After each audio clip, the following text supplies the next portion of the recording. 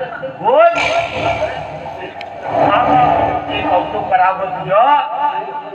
अगं किती कौतुक केलं तरी कमीच आहे. आणि पुन्हा एक बोललो अहो तू भले ना कला गार्डन मध्ये. वा वा वा वा किती सोबतेस का तू राठोडकरांची मुलगी.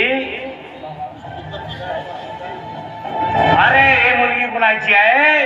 विक्रम राठोडची. अहो आहेच मी तुमची गोड मुलगी. आता एकटा मेरा आहे सोबून तिथेच तू सोबून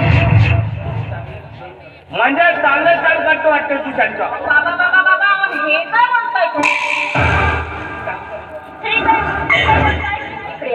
त्यांनी त्यांचं छळ करते नुसतं त्यांना काम करायला लागलं. Very good. म्हणजे पाहुणचा झालं वाटते पाहुण्यांचं.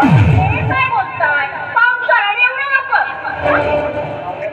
बाबा तुम्हाला अक्कलच नाही. अगं पण पाहुणे आहेत तर पाहुण्यांना निरोप देणं. अहो एवढ्या लवकर का?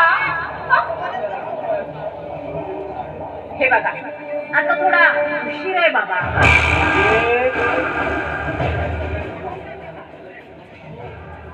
अहो काही दिवस थांबा ना. काही दिवसानंतर पाहुणचार करायचा आणि लाथ मारून घालवायचं. गुड. आठवड गायची मुलगी सोपते ग खरंच सोपते. अगं आपण नाही तरी त्यांना निरोप द्यायचा असते. निरोप अगं आपलं ते सगळे सोयरे आहेत. हो बाबा हो मी विसरलेच होते ना. विसरलेच होते मी. मग कधी घेते त्यांचा निरोप समारंभ? बाबा अहो काही दिवस थांबा ना. अहो थोडा छान पैकी त्यांचा पाहुणचार करायचा. गोड. त्यांना दळण दळायला लावायचं. गोड आवडलं मला. आणि काही दिवसात चटणी करायची आणि नंतर पाहुणचार. एकदम निरोप. आले ना लक्षात? म्हणजे काय त्यांचे जीव वगैरे तर नाही घेणार आहे तू? बाबा तुम्ही ना मी कसं काय त्यांचा जीव घेणार? काय माझ्या रक्ताने रक्तबंबार करायचे आहेत का? काही झालं ना हो ते या मनात असले तरी माझे आदरणीय जाऊबाई आणि भासरी आहे. मग कसं काही मी त्यांचा जीव घेणार? याला म्हणतात विक्रम राठोडच्या घराण्याची मुलगी.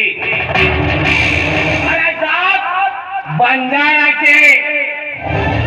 आणि बंजाराला कुणी आलं तर नाही त्याला रस्त्यावर सामोर जावं लागलं. लाथ मारून नाही काढलं. नाव काय सांगा विक्रम राठोड म्हणून.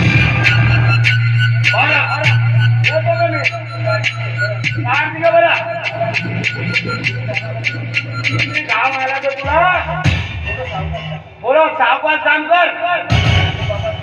बरोबर तुम्ही काळजी करू नका. येतो मी. बरं गुड.